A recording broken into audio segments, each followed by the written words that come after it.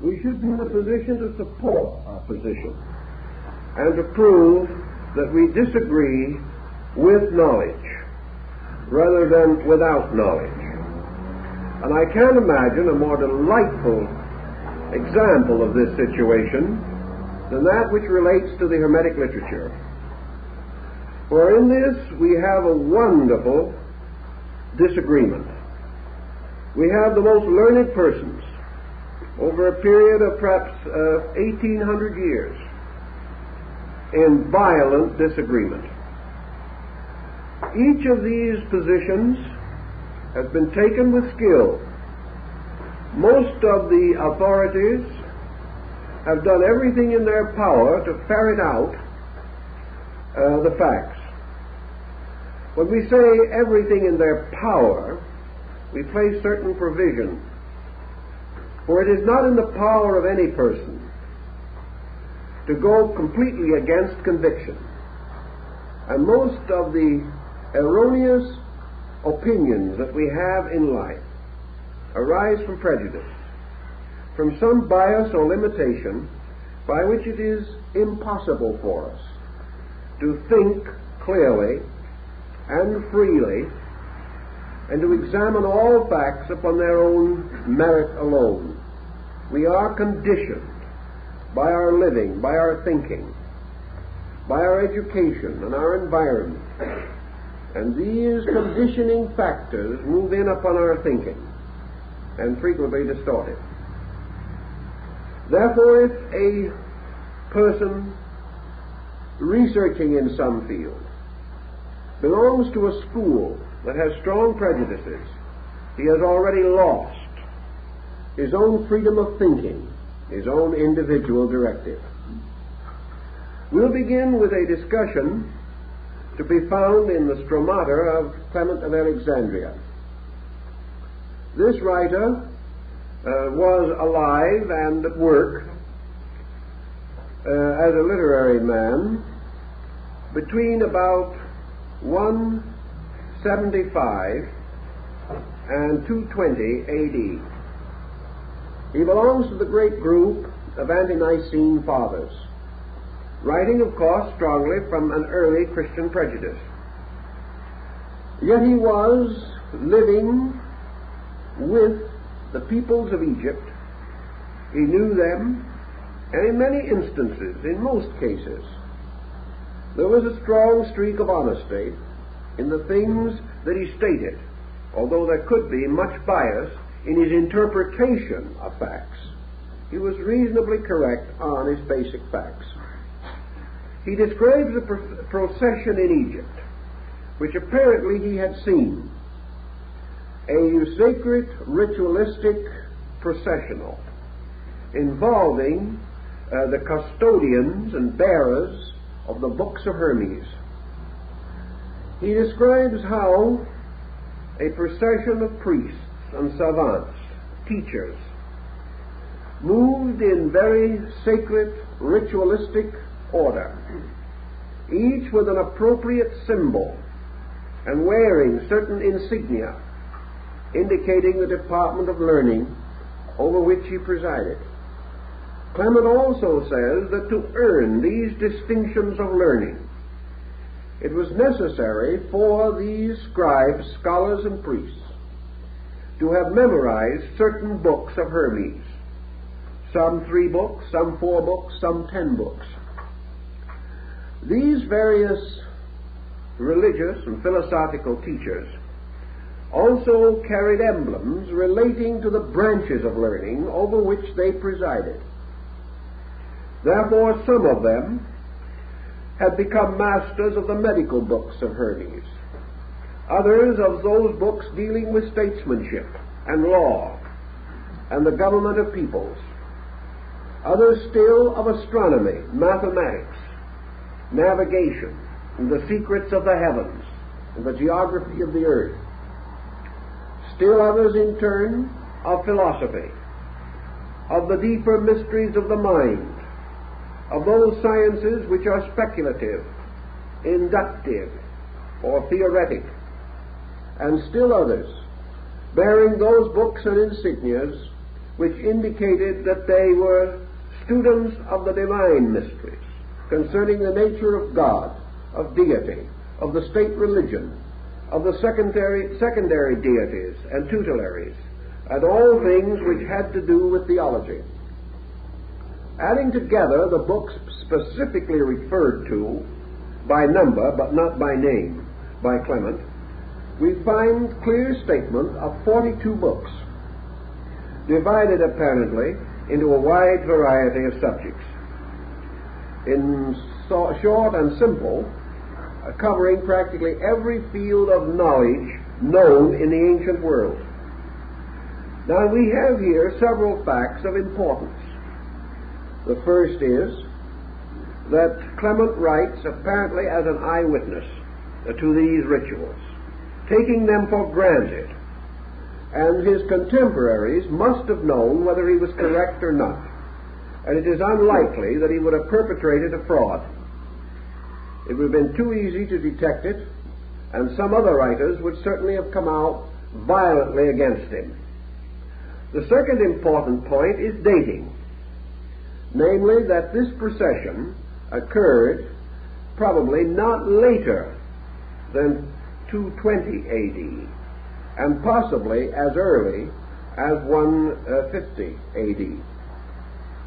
This gives us a kind of orientation which brings us violently into conflict with one of the greatest antiquarians of his time, Fabricius. He declares it to be his most solemn and sincere conviction that the Hermetic books could not have been written prior to the year AD 300. Now here we come head on into one of our least minor problems. Is it conceivable that Fabricius was not aware of the statement by Clement? This is almost impossible. Had he not noted it himself, someone else would have brought it to his attention. He was working at a time when literature was not as abundant as it is now. Men did not overlook source books centuries ago, when these constituted practically the sum total of authority. Therefore, we try to understand why Fabricius took his position. The answer is obvious from other authorities working in the field. According to this answer, Fabricius assumes that the books carried by the Egyptians in their religious processional could not have been the present books that we now associate with Hermes. Fabricius would be inclined to follow the school with which he had greatest fondness and take it for granted that the books referred to must have been primarily Egyptian, that these books must have been in the Egyptian philosophy, in the Egyptian religion, and almost certainly in the Egyptian glyphic writings. He, on the other hand, Fabricius, takes the position that the Hermetic books that we know today were undoubtedly written in Greek. Now, where we do not have many facts, positions can be strongly held. His position is sustained by the evidence of his time, but there were two things he didn't know. He couldn't know. One was the discovery in 1946 of the Cenoboskian Library near Luxor, about 30 miles from Luxor in Egypt. This library proves conclusively that the Hermetic books were in existence prior to AD 300.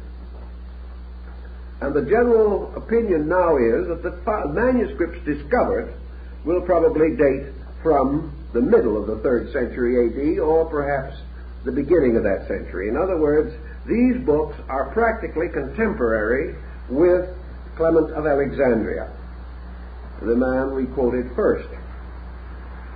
Now, the position that the Hermetic books had to have been written in Egyptian is also assailed by another fact, a fact which perhaps Fabricius did not adequately examine. That is, that considerably earlier, a Greek dynasty of pharaohs had taken over the administration of Egypt, and Egypt was already passing from Egyptian learning to Greek learning. This we evidence from the appearance of the Septuagint version of the Bible, which was actually prepared in Greek in Egypt, probably in the middle of the 4th century B.C. Therefore, to say that Greek could not have originated in Egypt prior to the 4th century A.D. is no longer a tenable hypothesis. Also, we have another interesting point, one that we cannot overlook. The discovery of the Rosetta Stone gave us our first real clue to the Egyptian language. And it is important to us because it is a bilingual inscription in Egyptian glyphs and in Greek. Now, this is important to us for two reasons. First, because this stone was cut or prepared approximately 200 B.C. The second point of interest is that this stone actually carries the name of Hermes. It is one of the words, of course, in the Egyptian form, Thoth. But it also carries another very interesting peculiarity by which we divide the Egyptian Thothic literature from the true Hermetic structure. We most of us realize or remember that Hermes is generally referred to in the Hermetic writings as Mercurius or Hermes Trismegistus, the thrice greatest. And in some of the earlier works, this is modified a little, and he is called the twice greatest. But always this peculiar appellation of more than great accompanies the peculiar use of the term in the Hermetic literature. On the Rosetta Stone, the reference to Thoth is Thoth, great, great. In other words, twice great. And this carries with it an implication that is so close to our Hermetic problem that we cannot ignore it. Also, we know, therefore, that 200 B.C., a sufficient study had been made and a sufficient interest had been created that a bilingual inscription relating to matters of importance had already assumed the proportion of a necessity. And in Egypt, Greek and Egyptian were both languages needed in the administration of the state 200 years B.C. This brings the next point that involves itself in our peculiar situation. How early could these books have been compiled?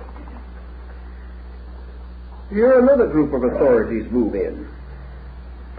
The effort now being to collate or to relate certain words and structure in the writings of Hermes with the existing versions of the Bible. This opens an interesting problem, and it is now generally regarded as likely, from the peculiar use of terms, that the author of the Hermetic works was to some degree acquainted with the Old Testament. The quotations that he appears to use, or the similarities which arise, are clearly to the Septuagint version, or the version that was actually prepared in Egypt. Also, references to the New Testament have been variously traced and implied, and this opens another interesting situation, namely that perhaps the author was acquainted with the New Testament, but the evidence to sustain this is less strong than that he was acquainted with the Old Testament. This brings another group of authorities into the picture, namely the recognition that ancient works passing downward over periods of time are frequently changed. A scribe or a translator working with a document and with certain liberty to either polish or refine the style of that document is very likely to fall into idiom, the idiom of his own time. Our outstanding example of that, of course, is the King James Version of the Bible. This version, prepared and published first in 1611, is a masterful translation into English. Yet any scholar examining the King James Version would date it almost certainly into the opening years of the 17th century. Not because the original contents belong to that period, but because in the translation it has fallen into the idiomatic forms current at the time the translations were made. This can also have occurred in connection with the Hermetic writings. It is not at all impossible that versions or variants of these writings may have appeared at several times, and that these various editions might have been some in Egyptian, some in Greek, and that those in Greek, probably made by scholars, could easily be influenced by dominant books in the field of the literature of that time. So out of this entire rather involved and at the same time interesting detective story, we come to a series of rather negative facts. Actually, no authority has as yet clearly proven his point.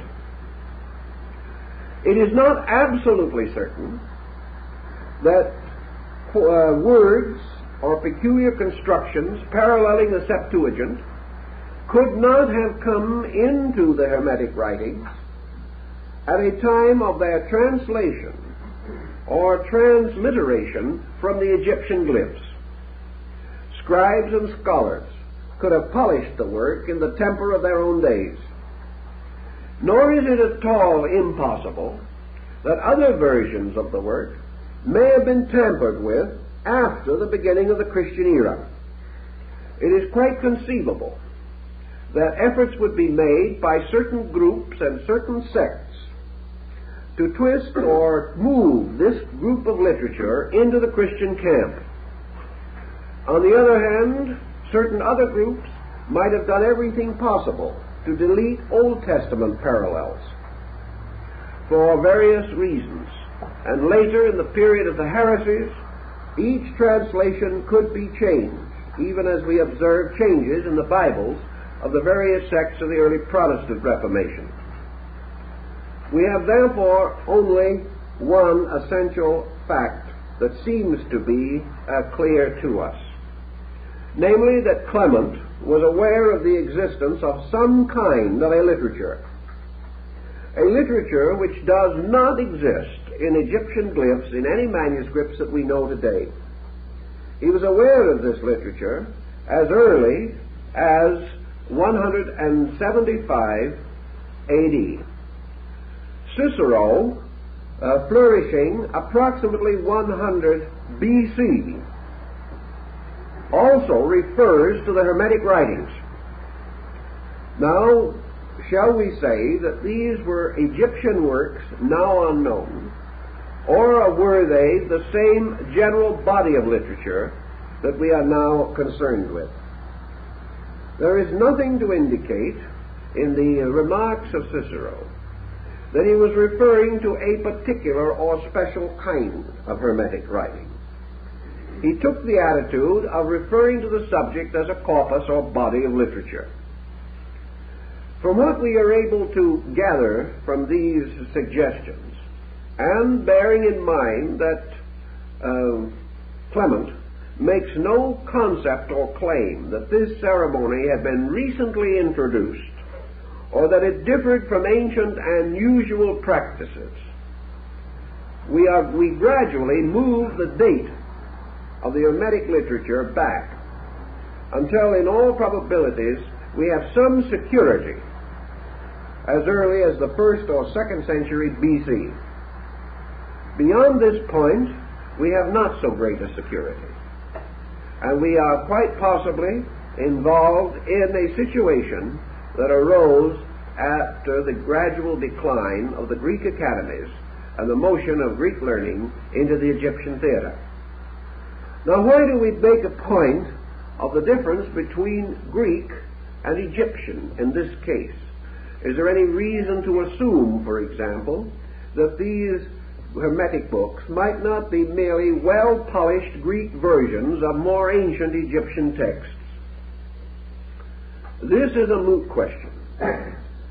In favor of it, of course, is our comparatively inadequate knowledge of Egyptian religion. A knowledge, however, which is gradually filling in. And at last, our Egyptologists are beginning to worry themselves with some texts other than those of the old funereal rites. We're beginning to sense something of the dignity of Egyptian literature, something that we have not known until the last 25 to 30 years. However, against the belief that these works are simply a translation of earlier Egyptian doctrines, there are certain facts not to be overlooked. What we know today of Egyptian religion, what we have been able to piece together, even in more recent years, would lead us to the conviction that the Hermetic books are not orthodox Egyptian texts. They represent some kind of a change. They are not steeped in the Osirian ritual of the later Egyptian religion. They are not part of the great Ammonism that preceded that. They show very little indebtedness to any structure of Egyptian learning which we now possess.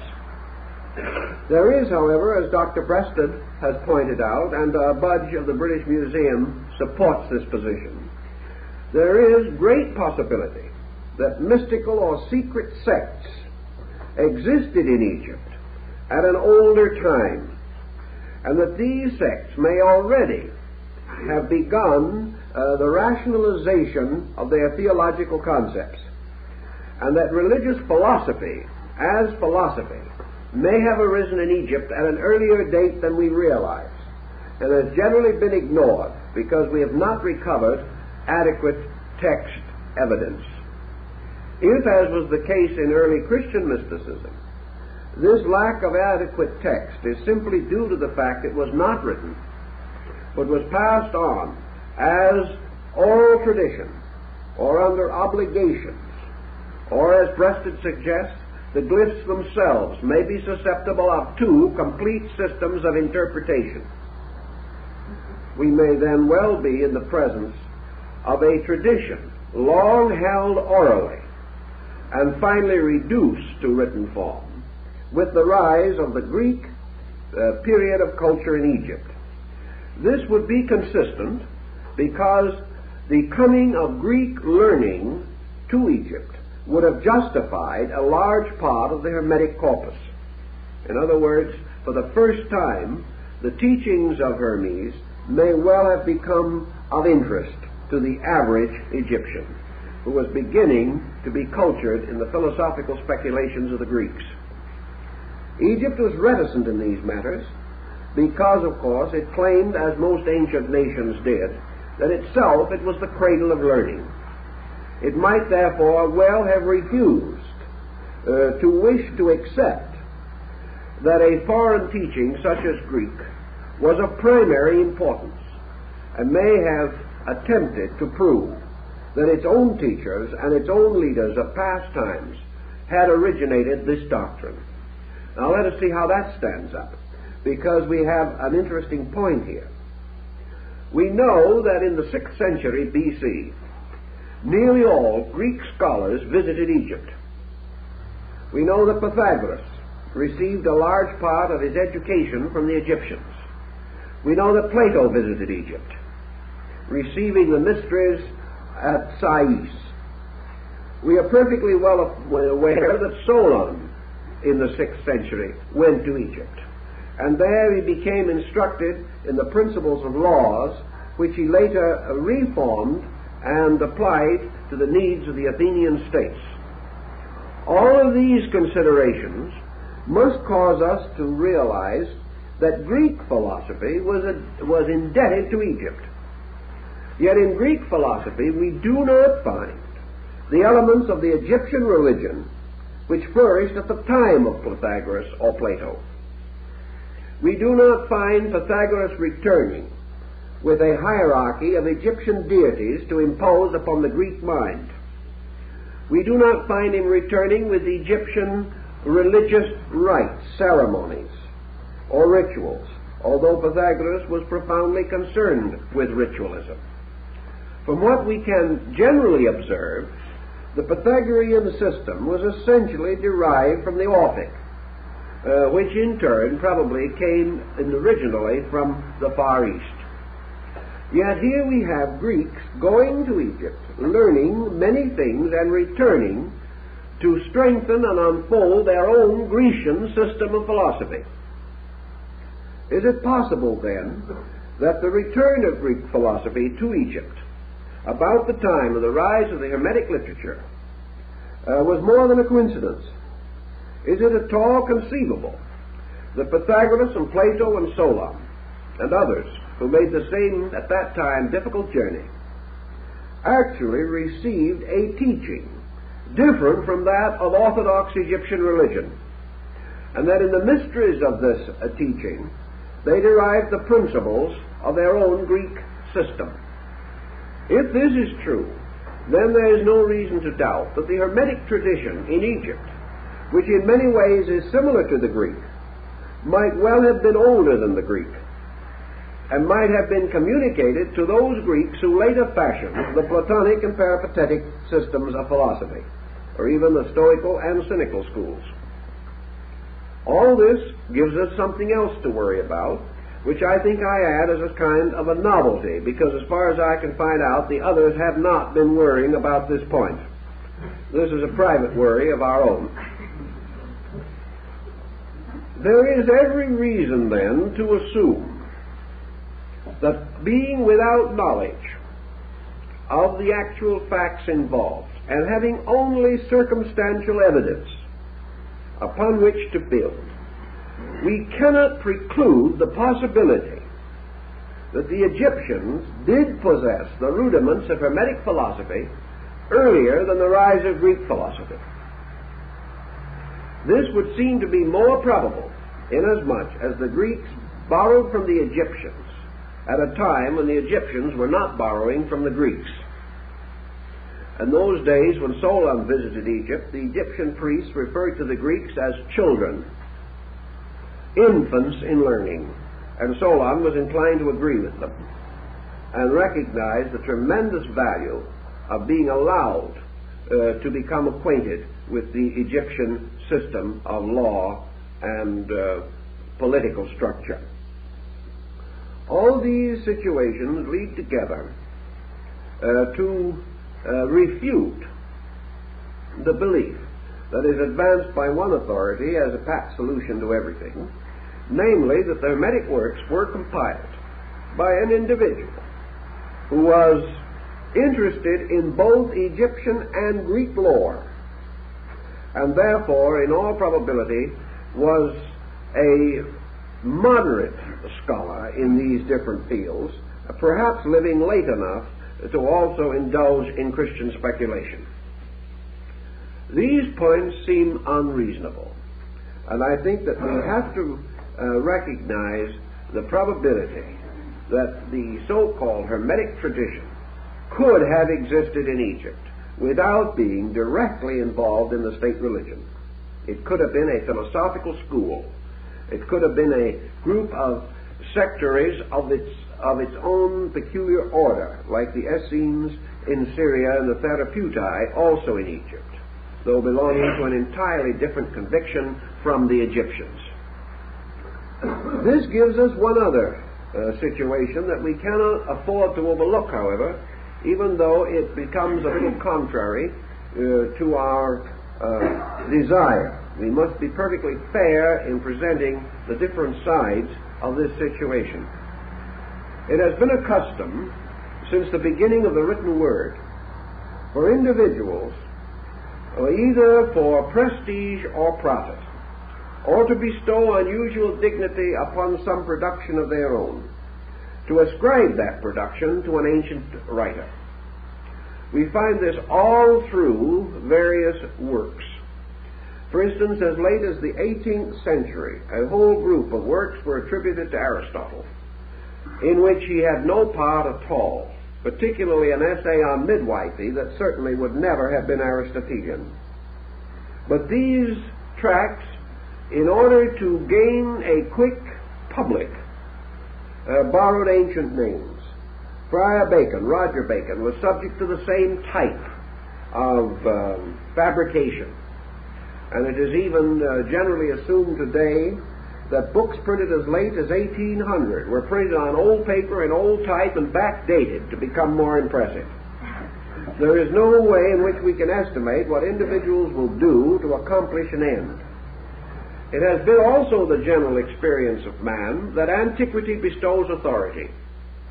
And wherever a subject wishes to have immediate recognition or to move into a sacrosanct position, it chooses to be appended to an ancient work.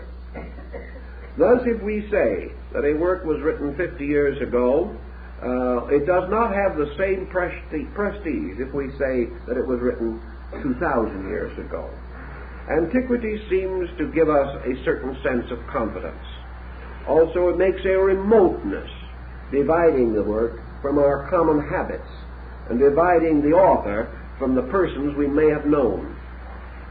We know what fabrications in various fields of literature have accomplished in this particular case or instance.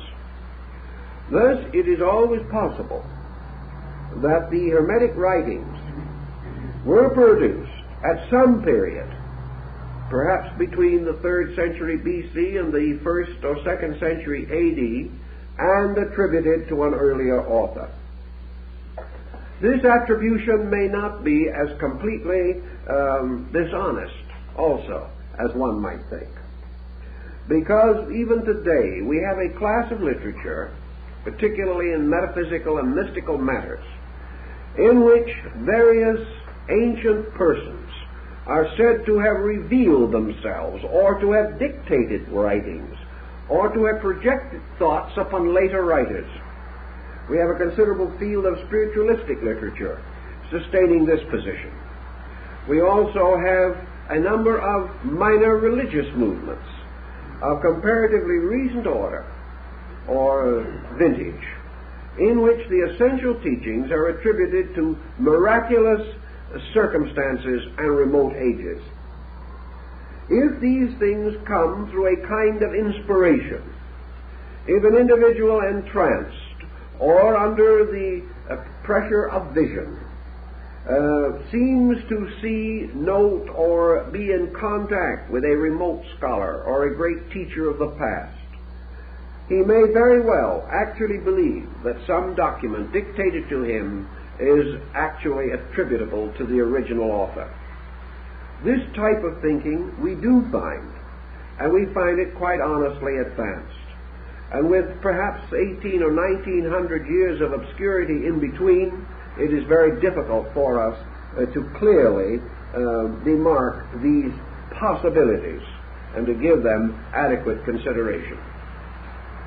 I think one point is of very great interest to us, and that is that the history of Hermetic literature is loaded with a variety of unreasonable circumstances. Even after we pass out of the original Alexandrian center, for in some way this whole literature seems to have risen in this great North African melting pot of beliefs and doctrines, it moved into the Near East to involve or invite the speculations of the Arabs. They did a splendid job of speculating, by the way. Their extravagances added to the original uncertainty have not done anything to clarify the matter.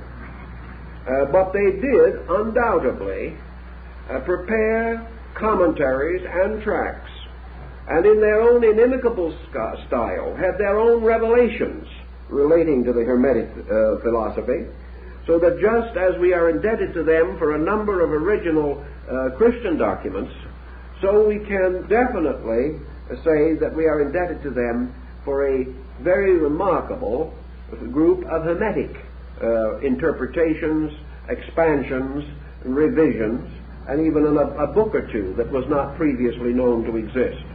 Whether these actually were legitimate or whether they were invented, we have no way of knowing after so long a period of time. This also meant that the Hermetic philosophy returned to Europe. It returned through the Moors and through the Crusades and through the increasing contacts between the Near East and European scholarship. It came back to Europe, or reached Europe, in a blaze of glory. It became one of the great fashions and fads of the time, and Hermes grew in stature to such extent that he eclipsed even Aristotle for a while, and that was a considerable problem in eclipsing.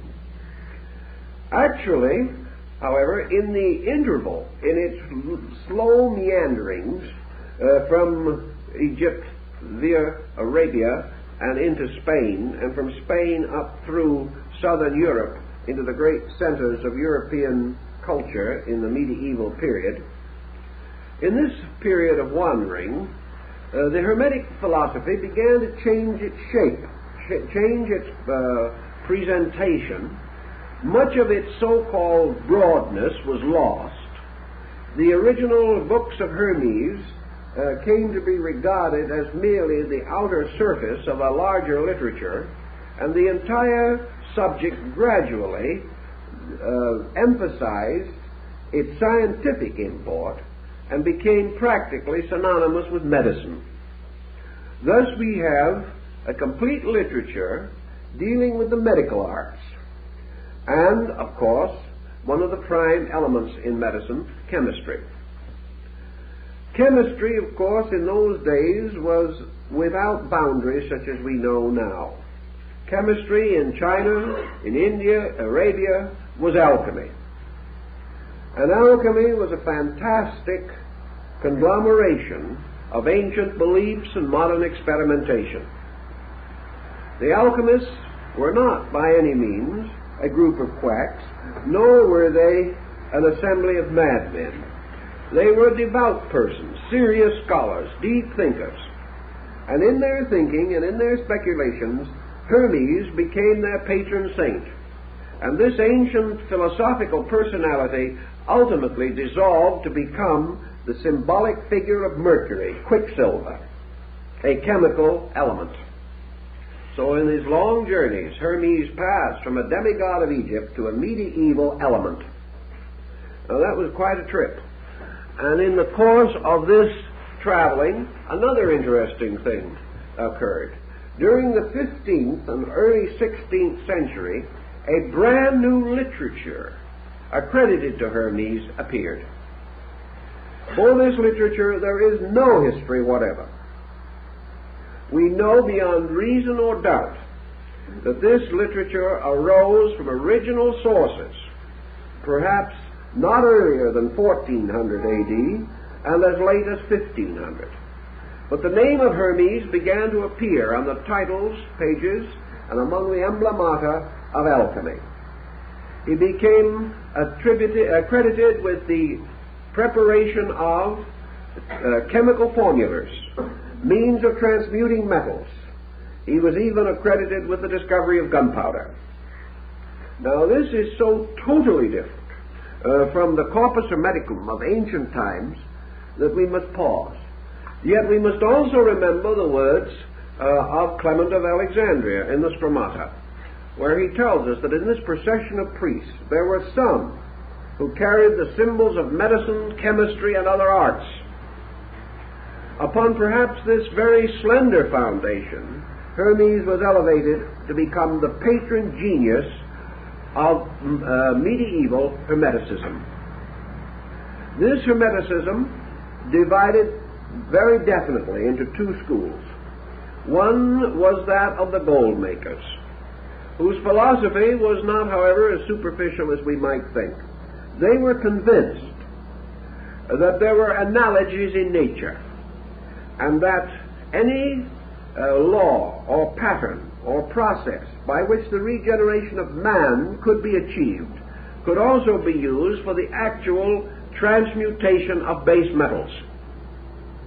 on the hypothesis that all processes in nature have a certain uniformity and consistency, it was assumed that if man could save his own soul, thus transforming himself from a material to a spiritual creature, that he could also transform metals from the dross side of themselves to a more purified state, suitable for medicines and elixirs, suitable for the extension of life and perhaps the achievement of physical immortality. These gold makers, however, such as those who were so industriously occupied in the old Street of the Alchemists in Prague, Czechoslovakia, these alchemists were ridiculed by another group. This other group maintained that the entire Hermetic tradition, as it has now been called, dealt not with metals, but with the regeneration of the intangibles in human nature. If anything, they would have taken the position that if you can transmute metals, this proves you can transmute man. They would have reversed the polarity. They would have reversed the interest, affirming that the mere achievement of material wealth was an ignoble and unreasonable end, totally inconsistent with the divine destiny of man. These mystical gold makers then immediately began to reduce the chemical symbols and tracts and writings attributed to Hermes and other authors into metaphysical textbooks, books inclined to reveal that transmutation was a kind of yoga, a kind of mystical regeneration within the human being, the man himself being the alchemical retort in which these marvelous changes might take place. And these same mystics assumed that Hermes, representing Mercury, Quicksilver, representing this mysterious agent in which all elements can be reconciled, that Mercury therefore represents the reconciling power of human consciousness, or perhaps more exactly of the human mind. For Mercury becomes the key, the master of the mystery, by means of which all things are unlocked. And the medieval man liked to think of reason as this power by means of which all mysteries could be solved, all good things could be accomplished, and the interval between man as a physical being and man as a spiritual being could be crossed or bridged through reason and illumination. Now this would carry us back again to the Hermetic books by a circle. For in the Pymander of Hermes, we have no doubt whatever that Hermes is used in this work not only as a person, but as an embodiment or personification of universal mind. So your mystical alchemist seems to have retained the Hermetic tradition, although he passed it through a variety of symbolic processes. Your material alchemist lost it.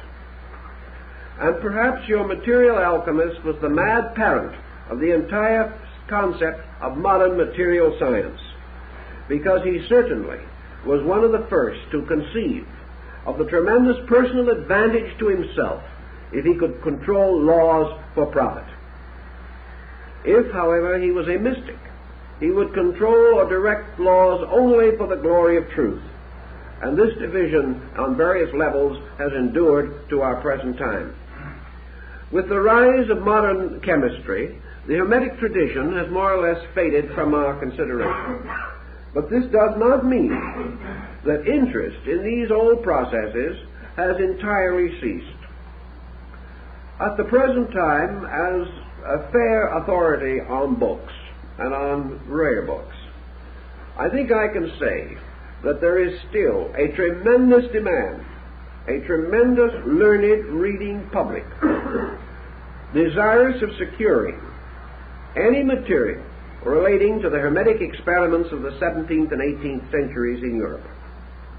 Any rare work which appears in this field is immediately purchased, disappearing again from the trade. I have talked to book dealers in this country and communicated with them in Europe, and it is rare indeed to find a rare alchemical text, regardless of price, remaining in a dealer's store for more than a few days. In other words, there's a market somewhere. The interest in these things continues, and there are people who are ready to pay $200, $300, $500 for one of these old books. The market is always greater than the supply. Reprints of these works are periodically made and become in their own condition rare books. And it is common knowledge that very few even reprints of the rarer Hermetic writings are available. They disappear almost instantly, not into public institutions, but into private libraries, where they are variously used. Thus we have another interesting point.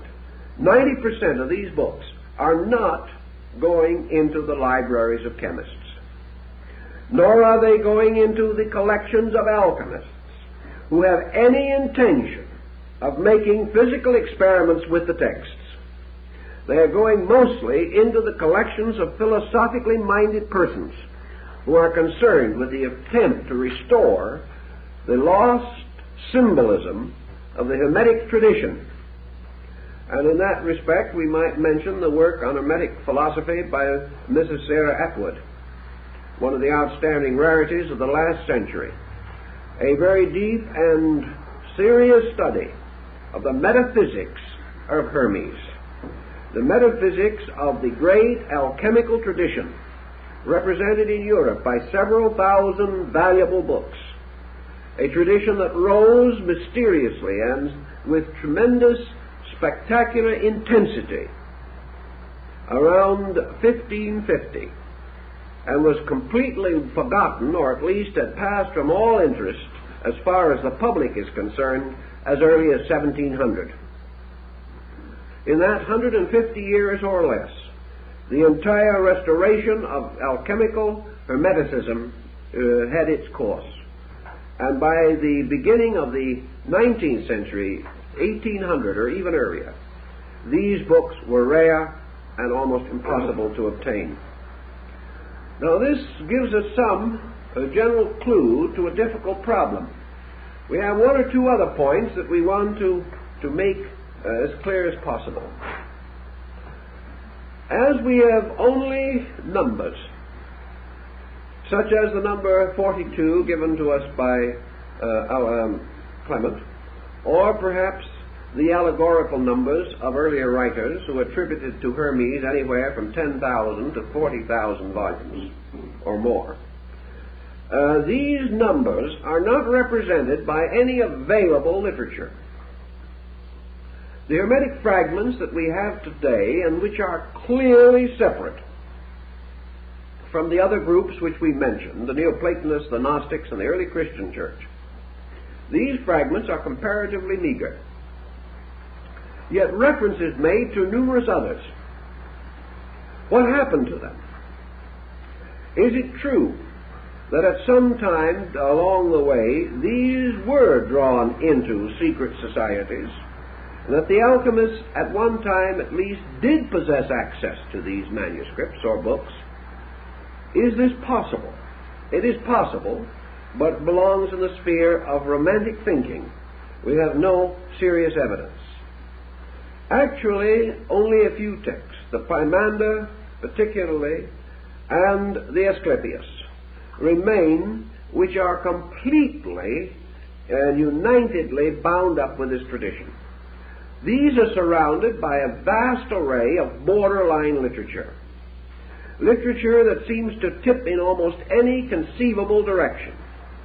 There is even some evidence of alchemical writings in the Alexandrian period in Egypt, but this had not achieved the interest which we know today. We are aware, however, that the Egyptians experimented under the name of Hermetic art with the creation of synthetic gems. We know that they were able to copy, in what was later called Roman paste, most of the precious stones of antiquity.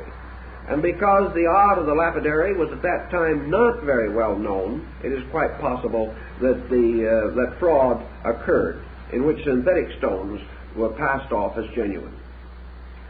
That these creations of artificial stones, the development of certain dyes for textiles and for various purposes, the creation of malleable glass, or glass of itself that would bend, these ancient arts like that of Greek fire, are known to have had some real existence.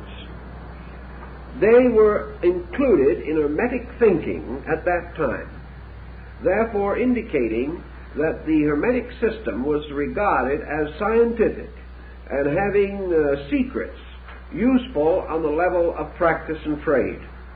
This, again, is represented only by a meager circle of authority or traditional remain.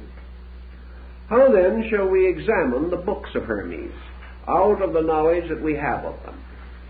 I think the answer lies in one direction only, namely that the Hermetic concept in itself must have had a school of some kind surrounding it. That these books appeared and remained simply isolated fragments of literature is inconceivable in the mind of the time. For in those days it would have been very difficult for any scribe to have remained concealed. It was not then possible to follow publishing procedure. These manuscripts had to have been circulated among at least a small group of friends, devotees, or dedicated persons who were at least partly aware of the facts. Thus this literature could not have simply appeared and not have had any foundation in realities. In our discussion of the Pymander, which will come later, and which perhaps should have been introduced at this point in the planning of the series, but it wasn't, so we must follow the pattern. We have some interesting thoughts.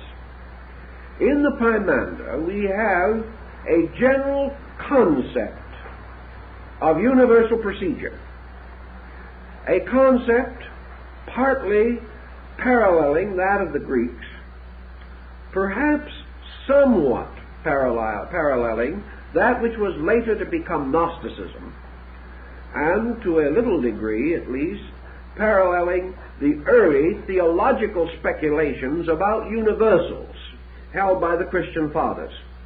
Very early the church drew to it a certain number of scholars, and these began to speculate outside of the jot and tittle of the approved canon. And the mind of man, once it has reached a certain size, cannot be further pressed back into an old pattern, so the church had to be prepared for men thinking forward rather than merely backward.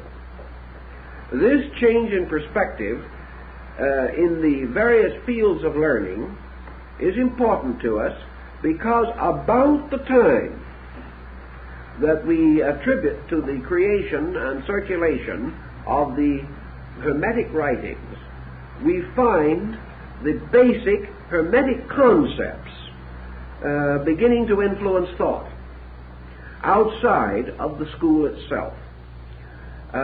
We are told that Hermes, for example, wrote upon astronomy. And we can only pause to realize that Ptolemy of Alexandria, who was perhaps the greatest astronomer and geographer of the ancient world, and also the father of most modern astrological speculation, that Ptolemy's works move from the same premise of that of the Hermetic revelation. In other words, Hermes' universe is rather closely associated with the later developments of Ptolemy. The concepts of geography and navigation are those of the Hermetic school and not of the other neighboring schools. The changes which took place in concepts of government and in the healing arts, the secularizing of medicine, and a variety of other subjects which moved and changed the face of the Mediterranean culture. These changes followed closely after the so-called original Hermetic period, and they followed even more closely the original ideas and concepts of the Hermetic school. So we'll then trace some of these ideas in an effort to try to show how they spread out into the literature of the time. We can see, for example, the rise of certain powerful intellectuals in the Roman Empire. It is a mistake for us to assume that the Romans were all ignorant. For from the beginning of the Roman culture to the final decline of Roman life under the coming of the Ostrogoths, the king Theodoric, up to this period, we see the continual structure of a Roman philosophy. And we find this moving through the thoughts and meditations of Marcus Aurelius Antoninus, through the great hymns of the Emperor Julian, and finally to Boethius in his Consolation of Philosophy. With this, the school closes. Julian, Boethius, and Marcus Aurelius all show Hermetic influence. They show the type of thinking which was peculiarly associated with that school, a kind of thinking which, while similar to Gnosticism, was not Gnosticism. Similar to Neoplatonism, was not Neoplatonism, and with certain Christian elements, was distinctly not Christian. Thus it is quite conceivable that down through this technically difficult period to record, when, as is so often the case, historians were interested only with war and not with culture, that a descent of belief and doctrine can be traced. Now we also know that one of the introductions which we find in the Hermetic writings is this important approach to the concept of mind. Now we know that Plato, Pythagoras, and Aristotle seemingly rather well exhausted our concept of the human mind. Yet in the Hermetic writings and in the Hermetic corpus, we find some new aspects of mentalistic thinking. We know, for example, that in most of the Greek schools, mind became an instrument. It was a wonderful and powerful means for the accomplishment of truth. Mind was therefore a kind of channel through which knowledge moved into the individual. But in the Hermetic tradition we find something that departs from this and gives us a rather different perspective.